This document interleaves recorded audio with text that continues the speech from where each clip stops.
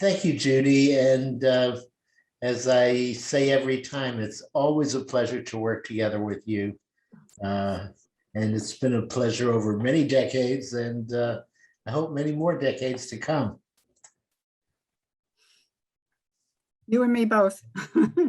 And I'm really glad to see that we have many visitors, many guests, and um, I'm eager to share some insights about aviation in New York. And I think we'll start with a very interesting card.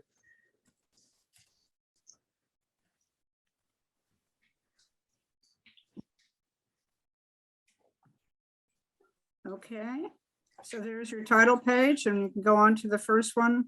Yeah. Next one, there you go. Okay, it's on the screen. Hi. Oh, it is. Yep. I'm not seeing it. Okay, do it on your own computer.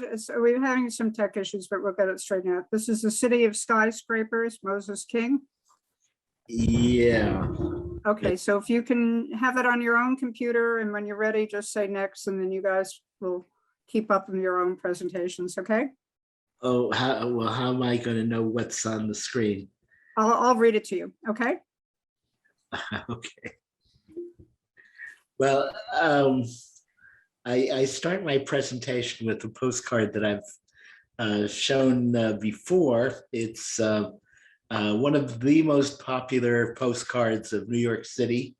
And it's from Moses King. It's a 1910 postcard called City of Skyscrapers. And I think what's interesting about it is that it shows people's concepts of what New York City was about to evolve into. And you could see that it included a lot that was not a reality in 1910, but in a short while was going to become a reality. And one of the realities that was expected was the role of aviation. There are all kinds of planes flying around Moses King's New York of the future. And as well as multi-level highways, skyscrapers. And I think one thing that is very impressive about this is that it came true. It was an image that kind of constituted the reality that people were aiming toward, and eventually came close to turning into a reality.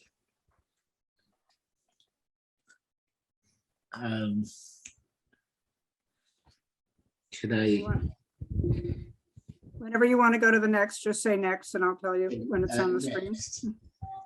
But Okay, so this is aviation, seeing the sky from the air, Lindbergh. City from the air. okay, Julia, we're going to have a problem because I'm not going to have. You're not able to see them on your screen? Yeah, I'm not able to see anything in my. You can't see your own presentation. Okay. Okay. Oh, okay, I just found it. Okay.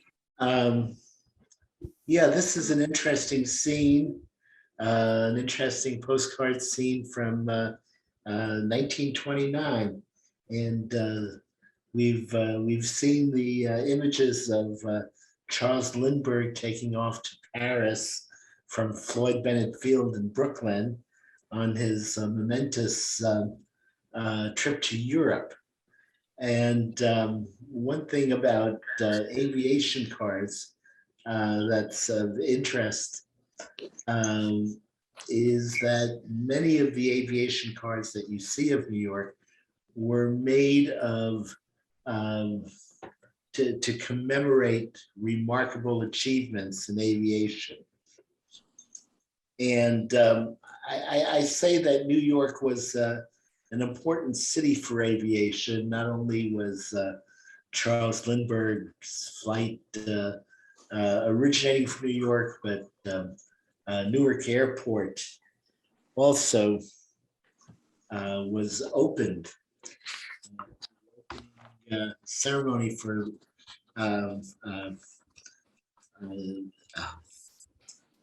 Newark Airport was completed by Amelia Earhart.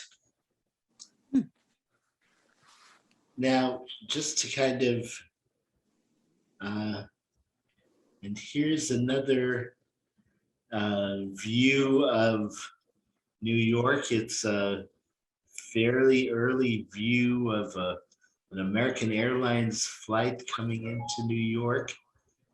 And it's a real photo.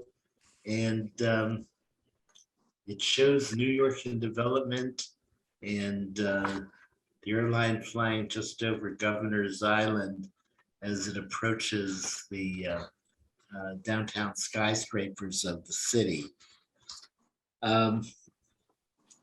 New York is still, the New York Metro is still the biggest aviation system in the US. And it's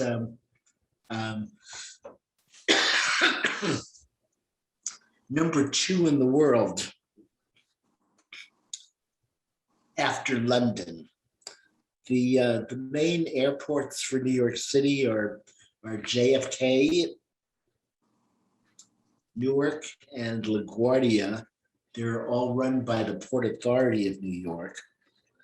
And there are regional airports all over the area. And the airports are a retrieval system, etc. The oldest airport in New York was not in New York City. It was Teterboro Airport. Is the oldest airport in New York City. That turned commercial in 1917. The first airport in New York City to turn commercial was Flushing Airport, but that did not last long. The next one was Floyd Bennett Field, which was the city's first municipal airport. Floyd Bennett Field opened in 1930, but it was insufficient and it was closed in 1941. LaGuardia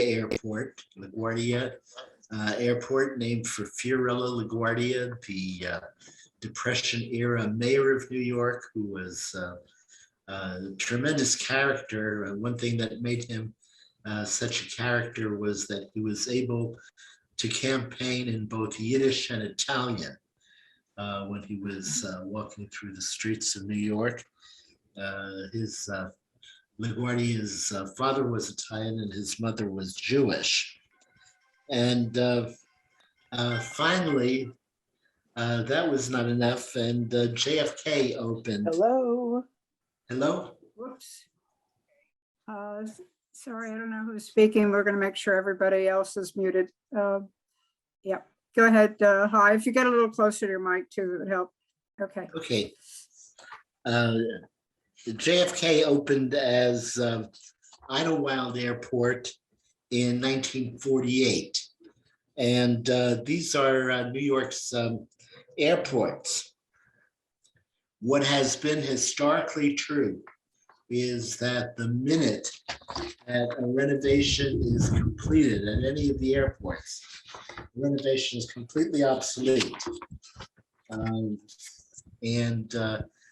York's airports since the 1930s have been involved in a continuous cycle of renovation. They are still involved in a continuous cycle of renovation.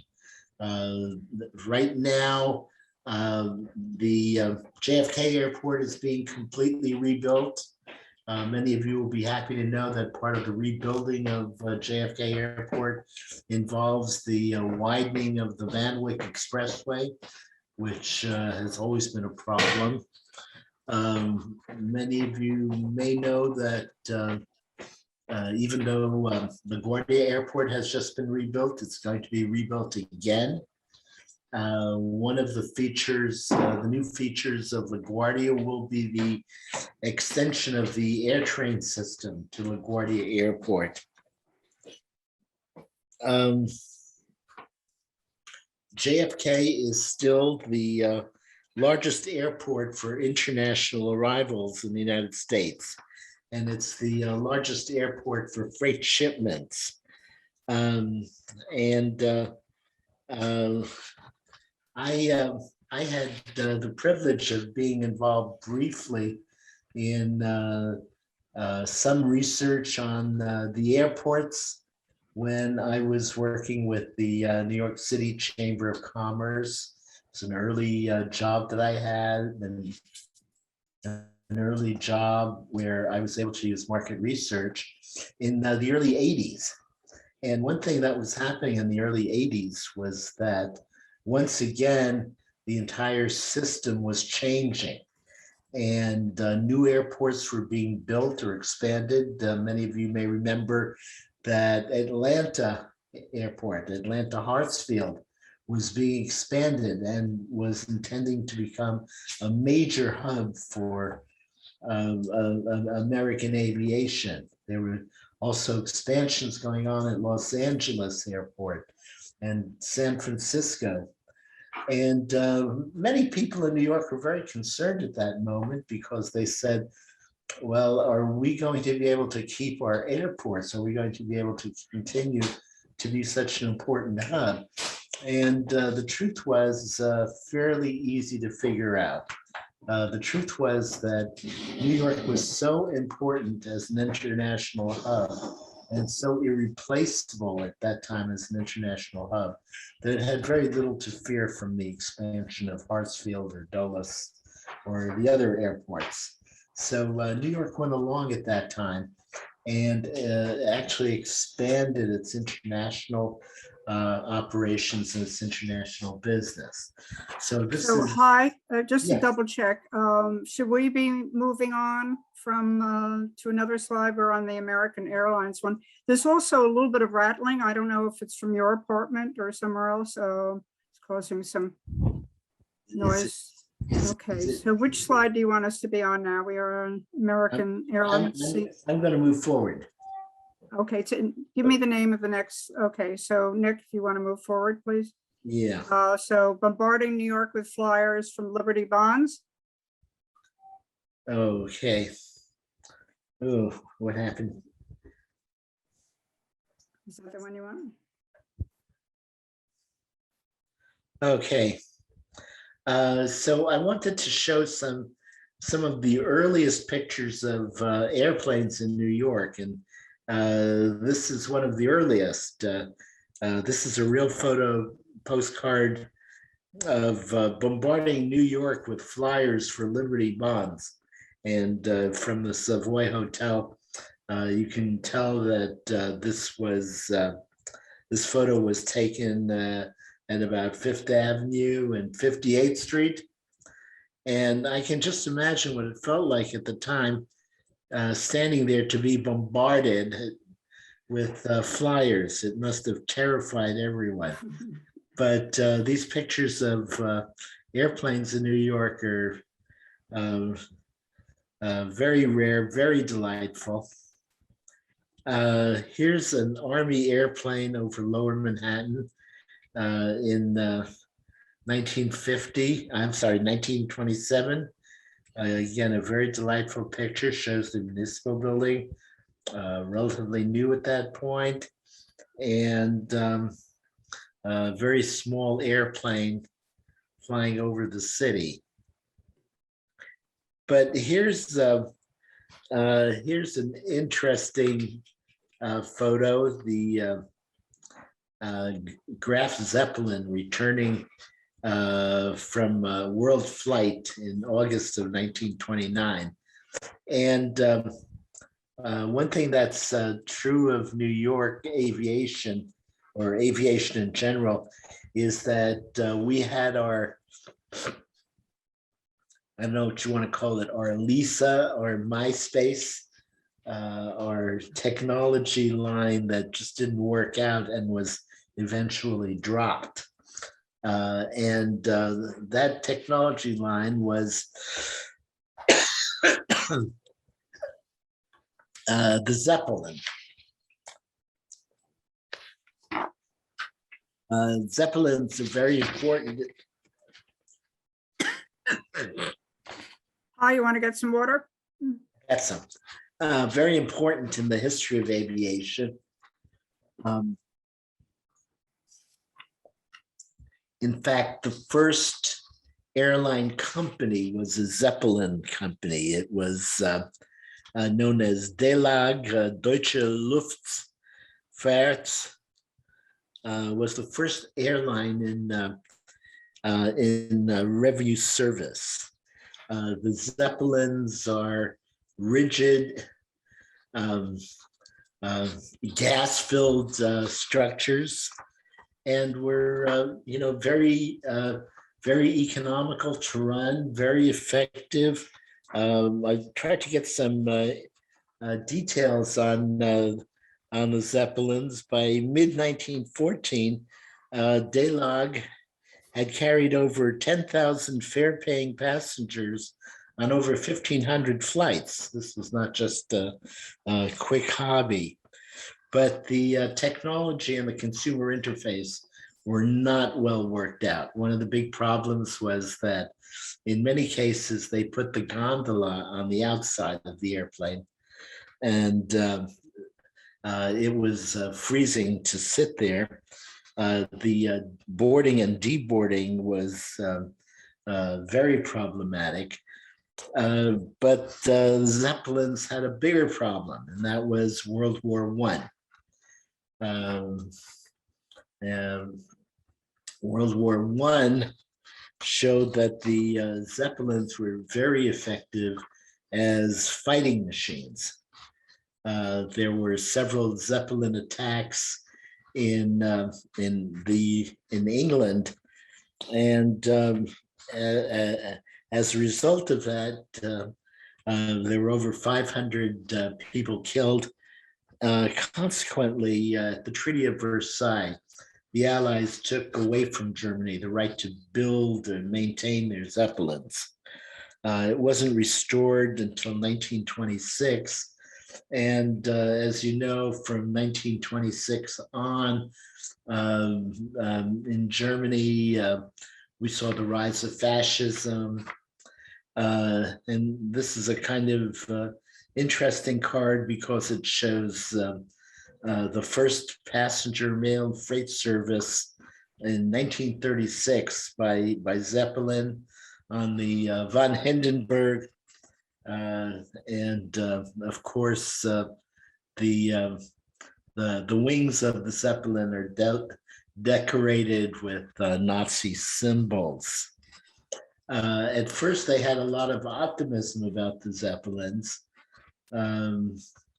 They certainly showed great contrast in New York City, but the optimism was not long lasting.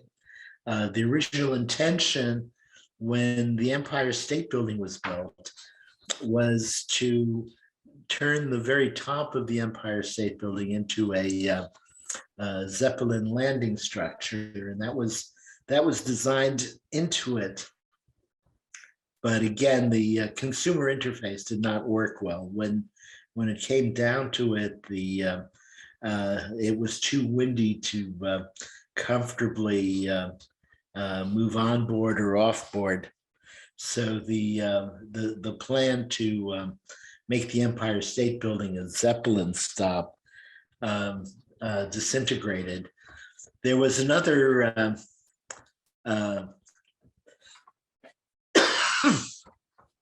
serious event, and that was the destruction of the Hindenburg in 1937, when the Hindenburg exploded at Lakewood, New Jersey. Let's say that the Hindenburg disaster coincided with another new technology, the technology of of the uh, uh, of the newsreel. The newsreel was our original cable television. And if I'm sure it's pretty easy to find the destruction of the Hindenburg and YouTube or anywhere else, but it's one of the earliest uses of the newsreel to communicate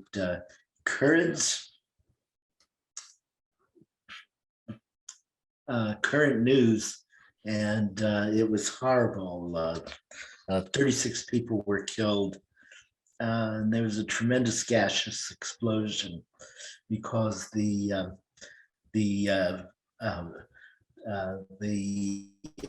dirigible, the plane was filled with hydrogen gas, and it could have been filled with helium gas, but Americans at that point were thinking of helium as a strategic resource. Did not sell the Germans helium gas. They had to use hydrogen gas, and it erupted in an absolutely awful explosion, ending the Zeppelin era. And so passenger flight comes to New York. Here's an interesting 30 passenger, excuse me if I mispronounce this, Fokker plane over Lower New York. You can see that Lower New York is growing.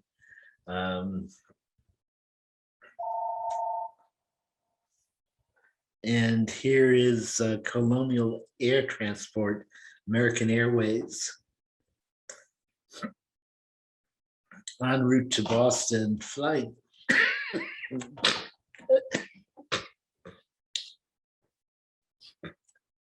Flying over Columbia Presbyterian Medical Center. There's the Hudson River. And finally, LaGuardia was established. There were still many achievements to be made, and these achievements are all recorded in postcards. The first landing of Soviet flyers from Moscow. And this was certainly a first because Moscow and the Soviets were nominally enemies of the United States, but this was a tremendous achievement, especially as you can see, the plane was crossing Bering Strait and coming to North America on the northern route. An occasion to celebrate with photos of the pilots. And here was another tremendous achievement, and it shows an image of Howard Hughes. Howard Hughes was probably the most important person in American aviation in its first half century. And this is Floyd Bennett Field. Howard Hughes and his crew there has just gone around the world in 3 days and 19 hours. May seem a bit awful, but it was a tremendous achievement and illustrated that commercial aviation over long distances could be achieved. This is a Lockheed monoplane. And here's a nice postcard of Floyd Bennett Field in Brooklyn that shows its last days. Floyd Bennett Field was not feasible as an airport, as a commercial airport after just a few years. and was turned into a education center for training of the military during World War II. It's a hungry lineup at the student cafeteria. So, Hi, sorry, whenever you're ready to move on, just tell us, next slide, so Nick knows to move ahead with you, okay? okay. Sure.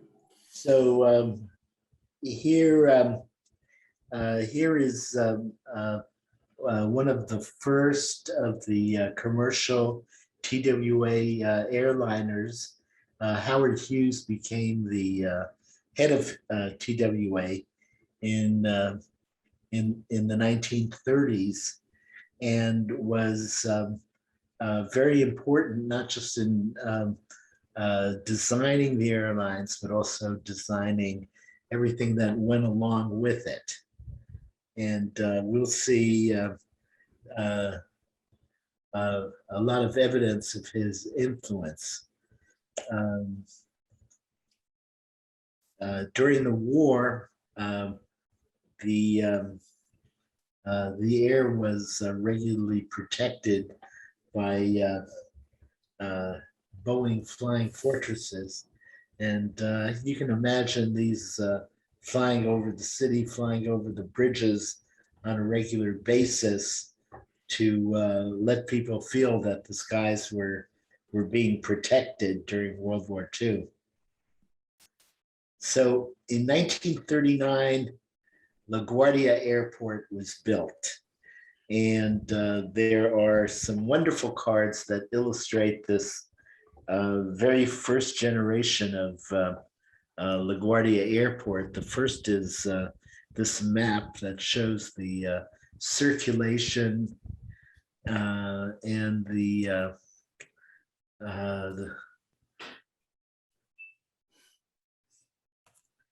and here here's some postcards that show the specific airplanes that were used in LaGuardia's first generation, the American Airlines flagship. Okay, so that's the next slide. And the next slide is TransCanada Airlines Lockheed Lodestar. This is a wonderful set. It's a set of linen postcards from a publisher named Harry Bauman, who made a set to document all of the planes at LaGuardia at that time. 1939 was also the year of the World's Fair, and the World's Fair location was very close to the LaGuardia Airport, and as was anticipated, led to a lot of business coming through LaGuardia Airport. This is Pan American Airways B314.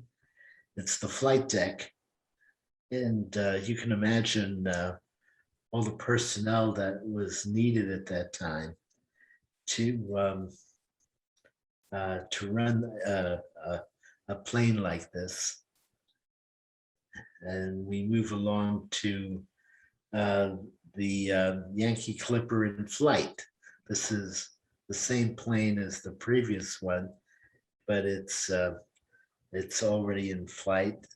If there's someone else, another important person in the history of aviation in New York, it's Juan Trippe.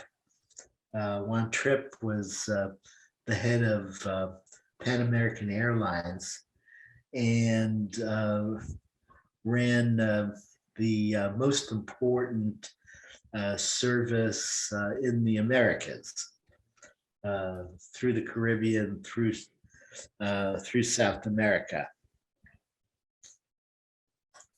The next card shows a TWA Stratoliner. This was another airplane designed by Howard Hughes.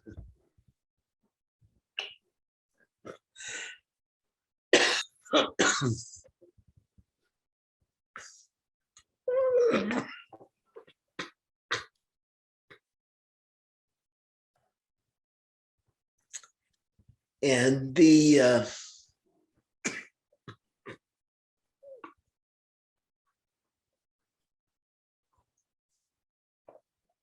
Eastern Airlines Silverliner. One thing that's wonderful about all of these old cards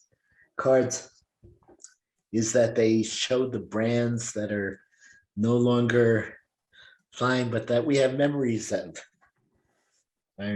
Eastern Airlines was an important airline that served the Northeast and the Southeast of the United States. Eastern Airlines was the airline that created that service to Miami that is now mostly owned by American Airlines. And we move on to the Pan American Airlines Yankee Clipper, showing it in takeoff. This these planes took off from the water and landed in the water.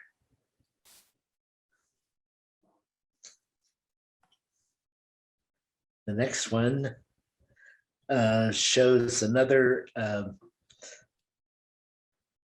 great set of postcards published by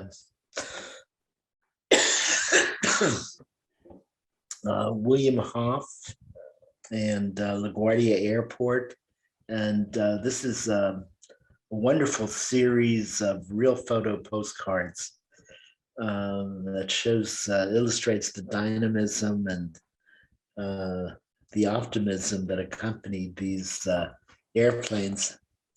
Canadian Colonial Airlines at the administration building at LaGuardia Field. Hi, if I can just jump in to ask you a quick question.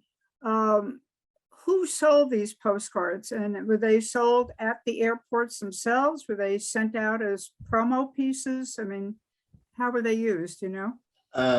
All of the above.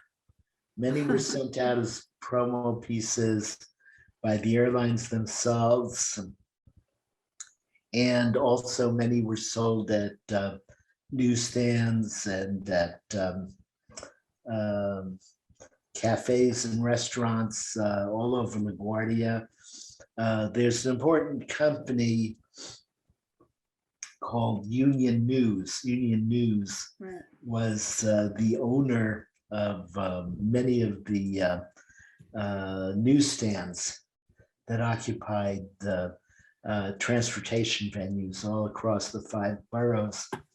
And Union News sold a lot of postcards that they published, but they also worked with other vendors to sell their postcards. They sold a lot of postcards because people were passing through these areas like crazy.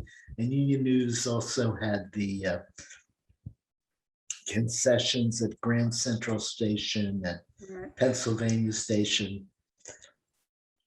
Okay. Were very successful. Okay. Judy, if there are any other questions. Yeah, I'll jump in when there are. Mhm. Okay.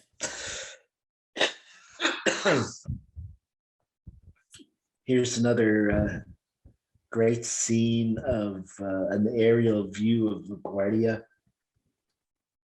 What I like are the cars parked. So if you could find a parking space. Right.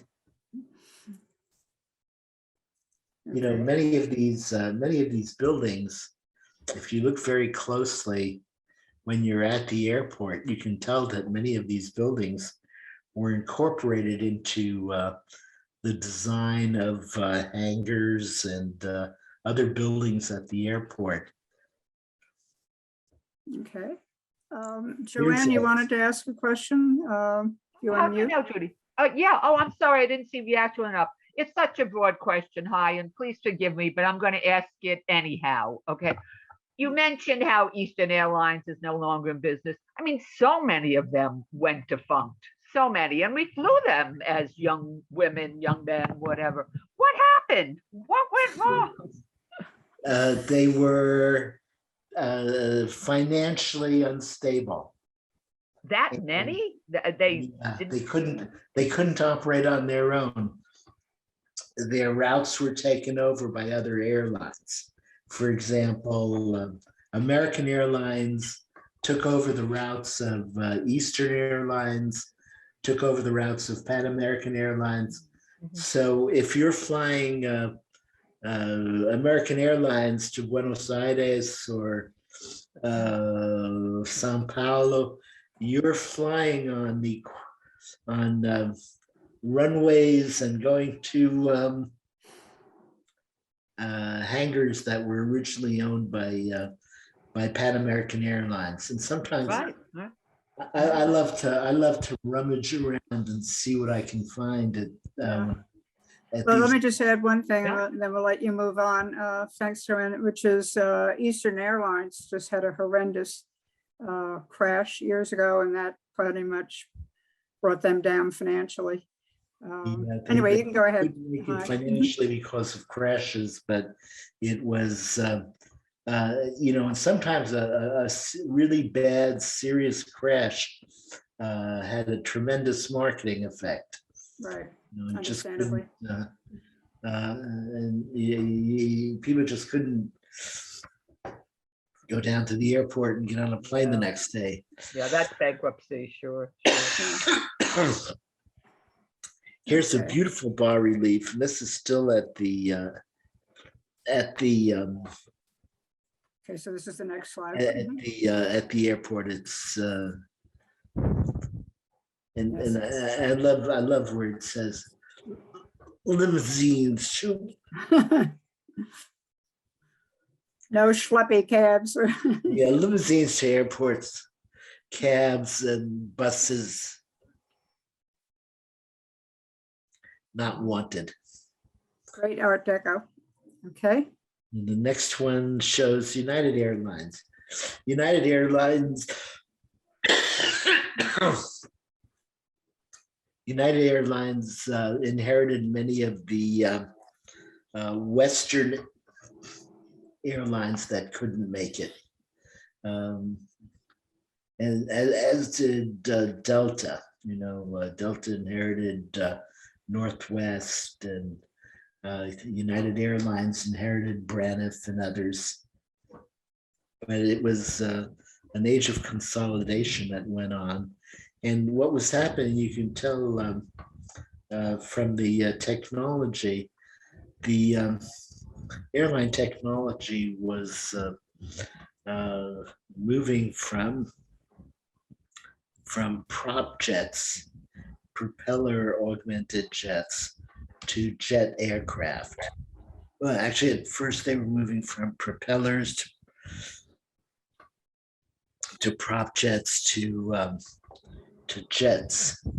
And every time a change like this was made, every time a new technology needed to be absorbed,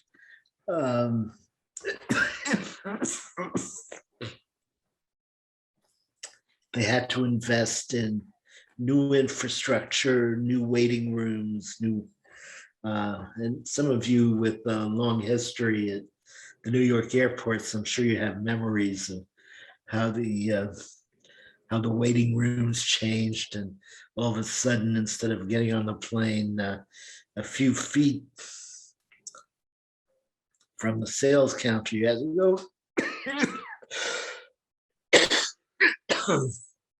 all the way down to the other end of the airport. Here's the international terminal, which today is incorporated into the Marine Air Terminal. You can see pieces of it. Mhm. And the infrastructure was not only at the airport, the infrastructure began in New York City. Some of you may recall the airlines terminal at Park Avenue and 42nd Street. I mean, even in my day, this was incorporated into a larger building already. but this had started out as a standalone building that was the airline's terminal. You'd go down there, you'd get your tickets, you'd put your luggage into the van, and you'd be brought out to the airport all ready to board. That was a very nice convenience. You did away with that. And this was the East Side Terminal. Beautiful Art Moderne building. I remember in its last days, this became a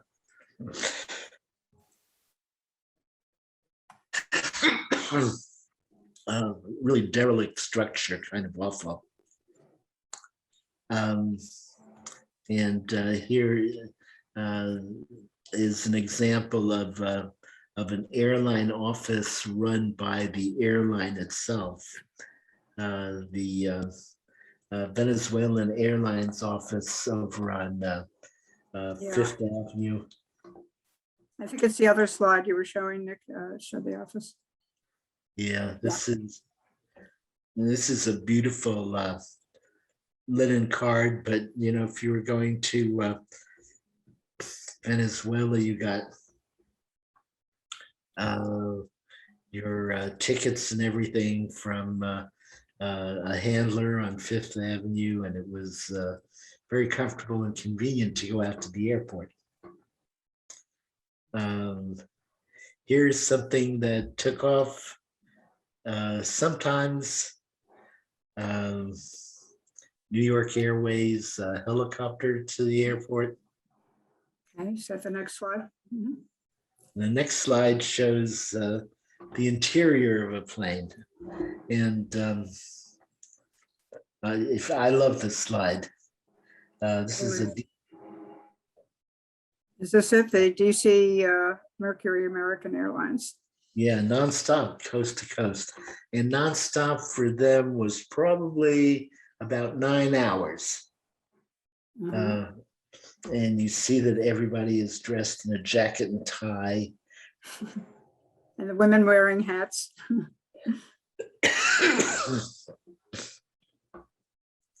And everybody's sharp and shaved and looking happy. Okay. Yep. Okay, here's Newark International as it was starting to take off.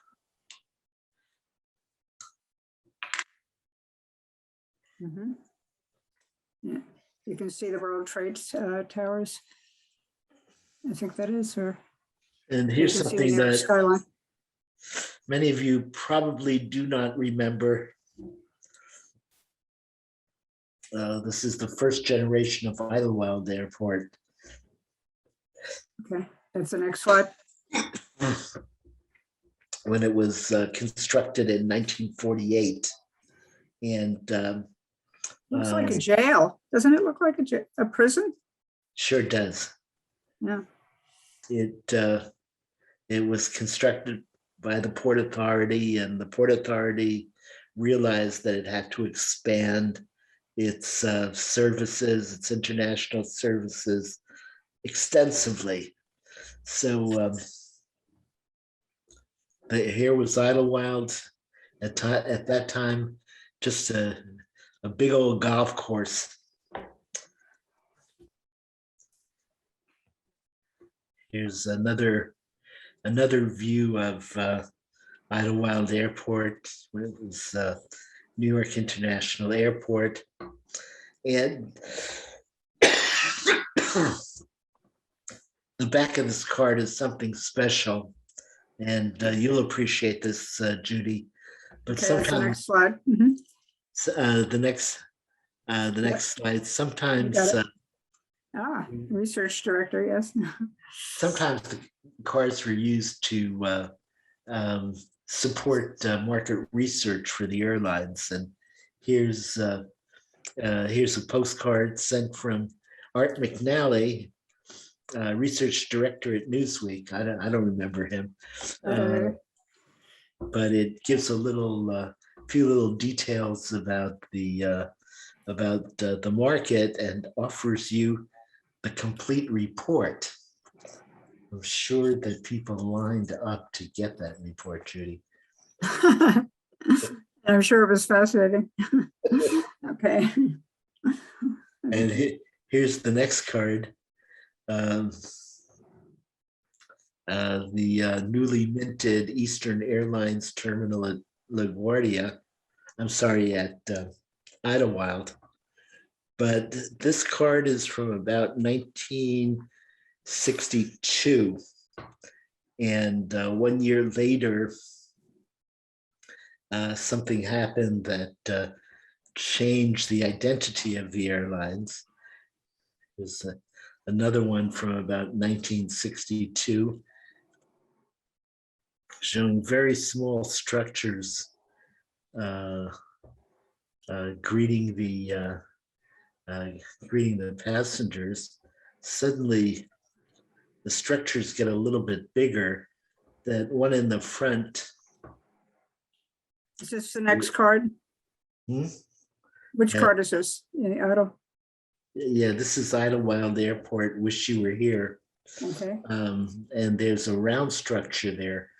For many years, that was known as the Flying Saucer, Pan American Airways. And I remember passing through it many, many times. But 2 years ago, it was torn down. And no amount of complaining could keep people from tearing it down. No. And here we move on to the next card, which commemorates the assassination of John Fitzgerald Kennedy and the renaming of the international airport as JFK. Known ever since as JFK. It also says the World's Fair City, so it was the same year. Mhm. It's about 1963, and they were anticipating people coming to the World's Fair in 1964. So the recreation of the international airport as JFK Airport led to a massive movement to redesign all of the terminals and reestablish a new form of transportation all around the terminals. And suddenly, lots of new terminals that were built. The most important one being the Aero Saarinen designed TWA terminal commissioned by Howard Hughes. And let me tell you, this is still there. The terminal is. It's now the TWA Hotel, and it's one of the most interesting experiences that New York offers, because it's a hotel that plays off of the entire kitsch and memories of flying in the 1960s. It plays off of the mid-century modern design. Saarinen's building is called Bird in Flight, and it comes from the fact that Saarinen's wife was a sculptor of animals, and he kind of got the idea from a design she had made. It's a great place to stay as a hotel, and I would really recommend it. I stayed here just last week. It's a nice place to kind of come and have drinks. It has a great restaurant that is managed and by Jean-Georges, the Jean-Georges organization, and they they supply the cooks. Sharon and I become real regulars here because it makes sense to fly out early in the morning and come into it here from Eastern Long Island, have a nice dinner, have a comfortable night's sleep, and then take off in the morning to California. Mm. The one thing that is really interesting about the airport is that it preserves Howard Hughes' office, so you can see that while you're there, and it also preserves a plane, the TWA Constellation, which was also designed by Howard Hughes. This was the plane. It was supposed to become the plane of the late 1950s, early 1960s, and it was. The TWA the Constellation was the plane used by Dwight Eisenhower as Air Force One when he was president. And they have a Constellation that's set up at the TWA Hotel at JFK. You can go in and visit the plane and wave from the steps. It's an experience. Hi, a couple quick questions, and I know you have a lot more to show. We want to make sure we cover everything. Question, the TWA terminal, Joanne was asking, was this built in 1964? It was the TWA terminal itself. I think a couple of years earlier. I think it was actually This version? Yeah, 1962. 62, okay. But Okay. But it served as a terminal for a very short period of time because Okay. it was built as a terminal for the Constellation, and it was obsolete as a terminal for the Constellation after a few years. So I remember I had a big client in Kansas City, and you used to pass through the Saarinen terminal to get to Kansas City. So I was passing through it all the time. It was a real treat. Yeah. But it was it was also very let's say it outlived its usefulness in a very short time, and for many years just stood there as a relic.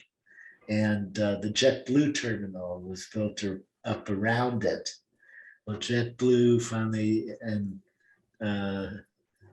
decided to mobilize it for its marketing value.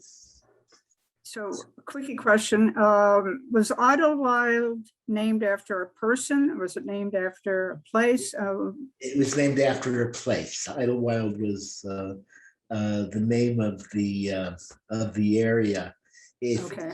For people that look really hard, you can actually find old postcards of Idlewild. I have a couple of them that show, idyllic country scenes. So much for that. Okay, we'll let you move on. Just a quick question for Ralph. Okay. Thank you. So here's a continuation of promotional postcards showing Air France, New York to Paris. And here is one of these 1964, 65, 66 terminals that were done at about the time of the World's Fair. They look like they're a part of the World's Fair in New York. This, Northeast, Braniff, and Northwest. Okay.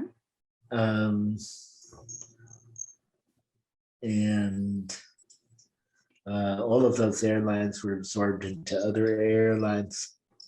This is the JFK American Airlines terminal.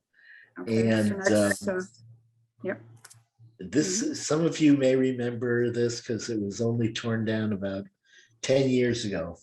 yes, And for many years, this mosaic was actually the largest mosaic in the world. And when they announced plans to tear down this airport, I said, "What are you going to do with the mosaic?" And they said, "Well, we don't know." There was another mosaic on the inside. I don't know if you recall, it was the Anton Refreshier mosaic of the discovery of America. I said, "What are you going to do with the Refreshier mosaic?" And, I couldn't get an answer from anybody. Hey, hi. Hey, hi. That's a stained glass window, actually. It's one of the largest ones that was ever made in the United States. Yeah.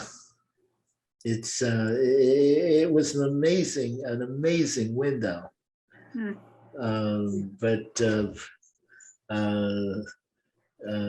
literally the largest, and just another item that was cast aside and torn down. okay. You wanna Yeah, go to it's, the next it's one? sad that they made coffee tables out of it. Be a great blouse also. Okay, so let's move along to the next one. Here's the International Arrivals Building. Again, when they were trying to spruce up international arrivals. And here was another innovation at JFK, the first scheduled flight of the Concorde Next slide, next slide. from Kennedy Airport on Tuesday, the 22nd of November, 1977, which many of you will recall as the anniversary of the assassination of John F. Kennedy. And the Concorde lasted for, I think, about 15 years, but it was also eventually absorbed. Many of you will remember that at the center of JFK Airport, there were 3 chapels, Protestant, Catholic, and Jewish chapels at the very center. Well, they finally decided that they needed to put a power plant there, and they tore down the chapels. But these chapels were each very beautiful examples of mid-century design, and this is Our Lady of the Skies, the Catholic chapel at JFK Airport. Congenial group will share ride to New York. So this was part of an era when, instead of selling the technology or selling the services, you sold the congeniality of the staff. Hi, excuse me. Who built the chapel to the skies? Who was the architect? Let's see if I have that here. If you don't have that handy, we'll look it up for you. All right, okay. Okay. Might have it handy. We can look it up. I know you've got more to show. Okay.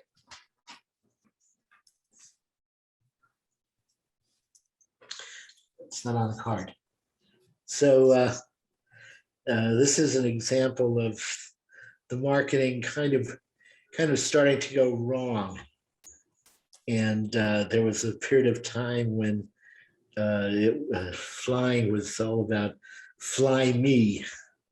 But this did not last long, and people went back to selling the destination. Use your camera, remember your trip with pictures, and selling TWA by selling the famous skyline of Manhattan, or else selling the destination and the in-flight meal service. So here's a meal service you could expect probably on a flight between New York and San Francisco. Mousseline of goose liver, roast leg of lamb. So I'm sure that goose liver was a treat that everybody was looking forward to. And here's my last card. New York promotional card from El Al Israel Airlines. And I've been trying to figure out who did this. And Mike, you may know better, or Frehan is around. He may know better than I, but I think this is a Yaakov Agam illustration, but I've never been able to prove that. And that's the first 50 years of aviation in New York. Wish you were here. So that's wonderful. So in answer to the question who the architect was Edgar Tafel, T-A-F-E-L, who was a disciple of Frank Lloyd Wright. And I think you can kind of see that in the architecture.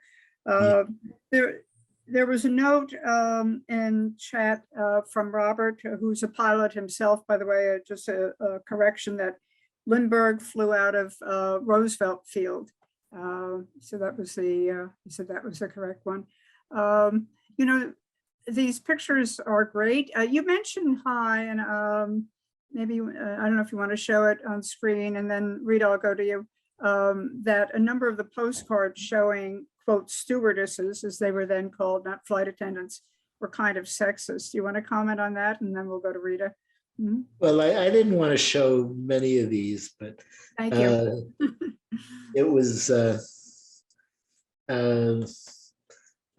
just the idea of sharing the ride, and you know, it shows sort of an unprofessional side, and it's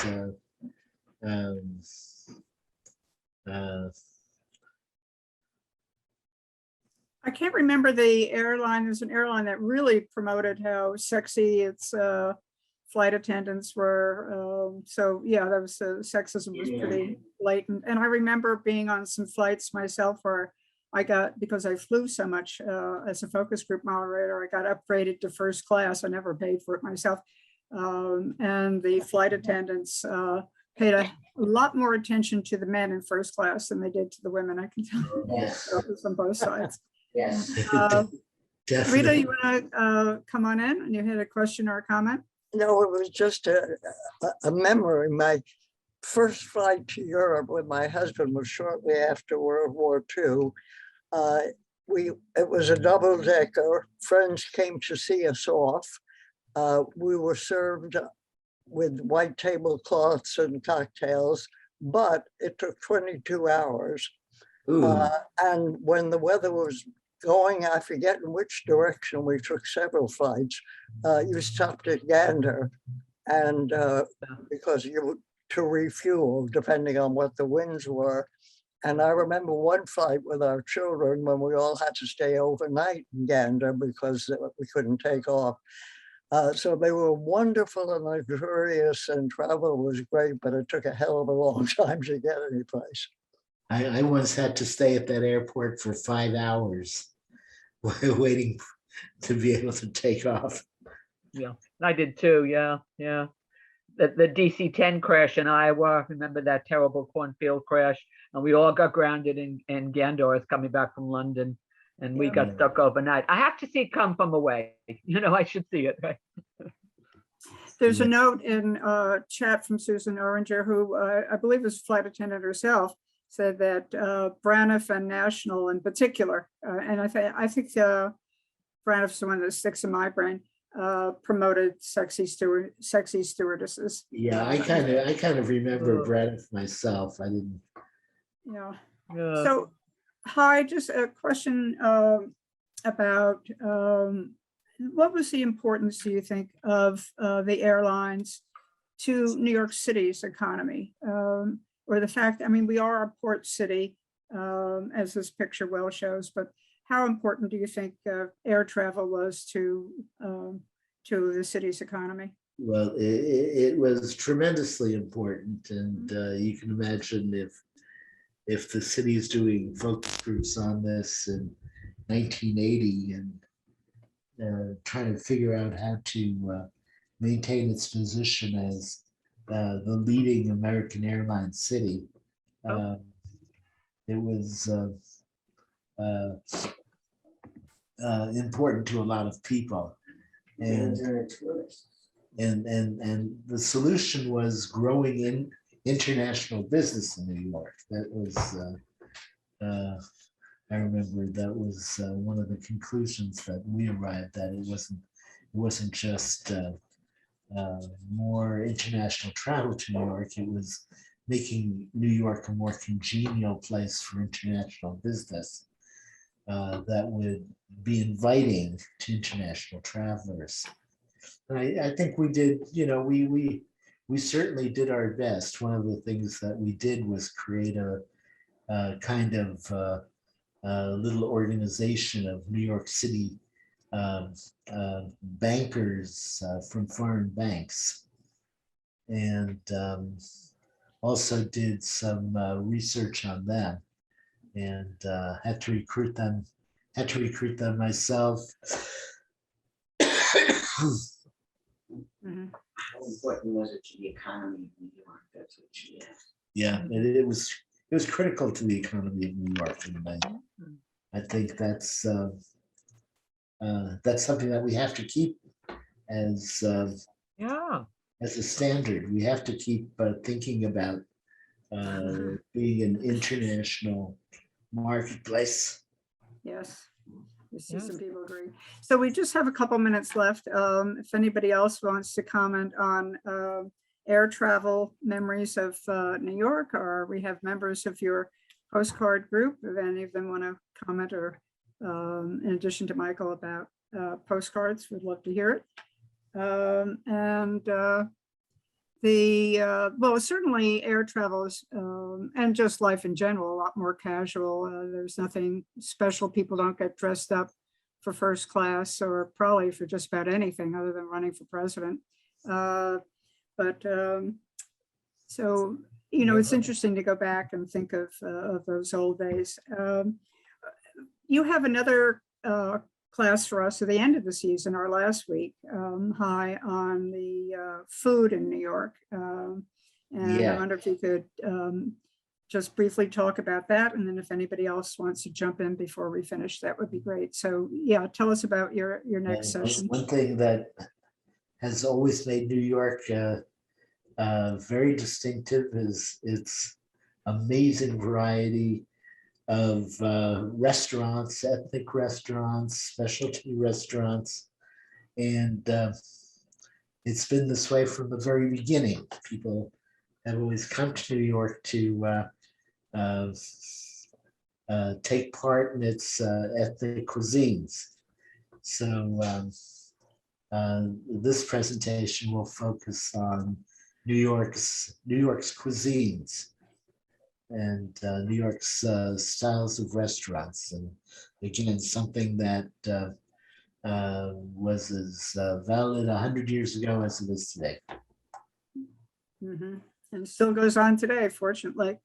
Yep. Okay, well, Hy, I know you've been suffering from cat problem throat, and we thank you for your persistence. I want to thank Nick also for helping out with technology, and somehow we got through it. And a lot of, as always, wonderful cards and images of old New York, some of which I say personally I remember, some I don't, but I'm glad to see and to learn about.